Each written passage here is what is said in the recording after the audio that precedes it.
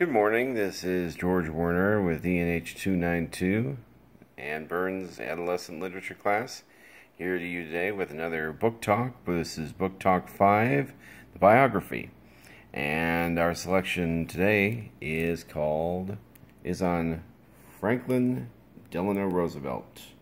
Franklin Delano Roosevelt by Russell Friedman. Okay, and this photo on the back of Roosevelt staring down a Depression era breadline member was one of my chief attractions to the book. That and my daughter was actually reading this with me, my 5-year-old daughter, and really getting into it. So I was really excited about that. And I said, "Hey, this is I'm going to show you a little musical named Annie, where the president is actually a character in it." And so that really got her going, and we made some links. It was a lot of fun. But Roosevelt, to me, has always held chief fascination because of the time in which he was president, the fact that he is and will probably always be the longest sitting president, active president ever in the history of the United States. And because of all of the times in which he managed and governed America through, of course, the Great Depression and World War II, and of course, and then there's the added factor of the adversity involved in Roosevelt's own life. We often associate his being confined to a wheelchair as a symptom of poliomyelitis to be exact, but actually online research confirms that he was actually suffering from more of a Guillain-Barré syndrome, in which he woke up one morning at his retreat at Campobello, between Canada and the U.S., a little island there, and after a long night of physical activity, found that his legs could not move, that there was a burning in him, and that it immobilized his muscles.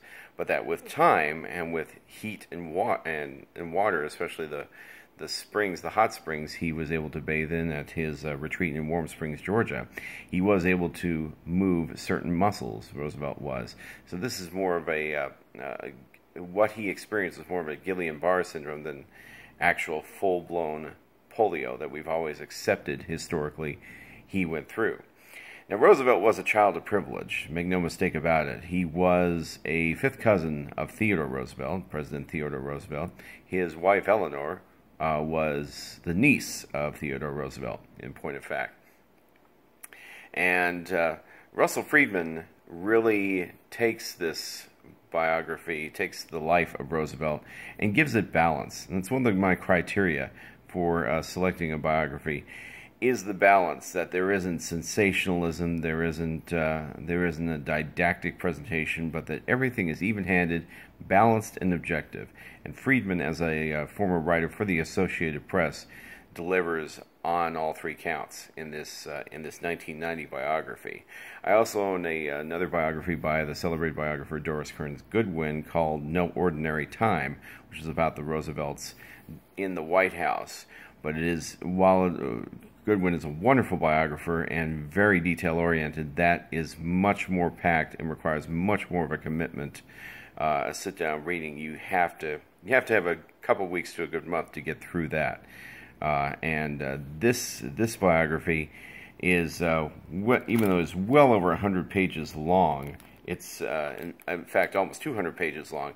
It's more of the photobiography, like what Friedman was famous for with a few years earlier with that he did with Abraham Lincoln, where it's interspersed with fascinating original photographs, personal photographs, and it really brings it home to not only adults but to kids. Like I said, my 5-year-old started seeing the photos and started reading the book, so it was really a great access point for her. Some really cute, amazing photos in here from Roosevelt's childhood, from his time as Secretary of the Navy, from his relaxed times, as his last picture that he taken of him when he was walking, as well as a picture of him, picture of Roosevelt in the one of the few ones that they had of him in a wheelchair. So It is really, really a personal but balanced biography with quite a bit of few of great photos to balance the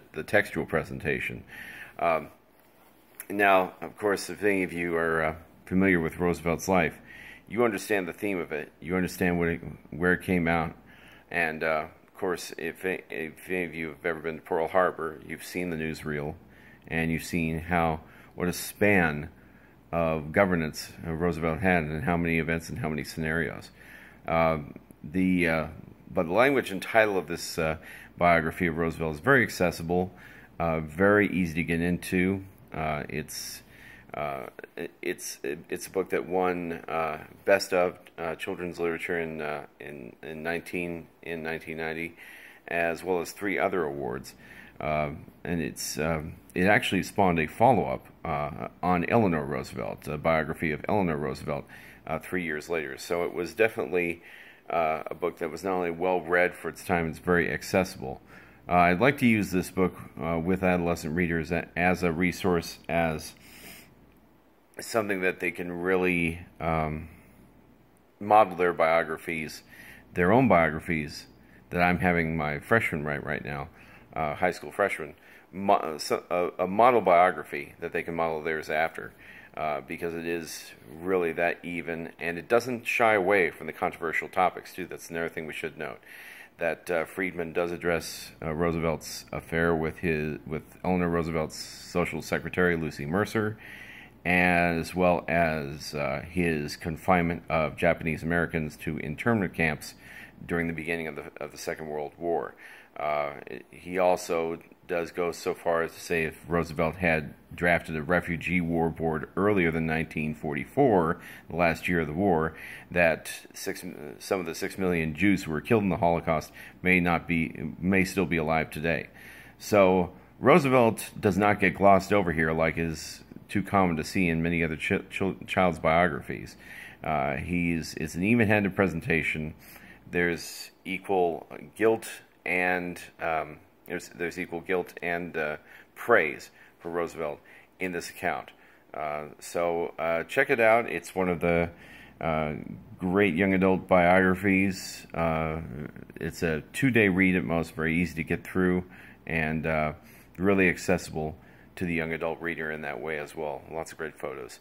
So Franklin Delano Roosevelt, a nice first entry piece into the world of Roosevelt. If you get through this in 2 days and want to know more, No Ordinary Time by Doris Kearns Goodwin has the full story, and definitely get into that. You can definitely get into that and get more in-depth portrayal of FDR. So thank you very much. Go check it out.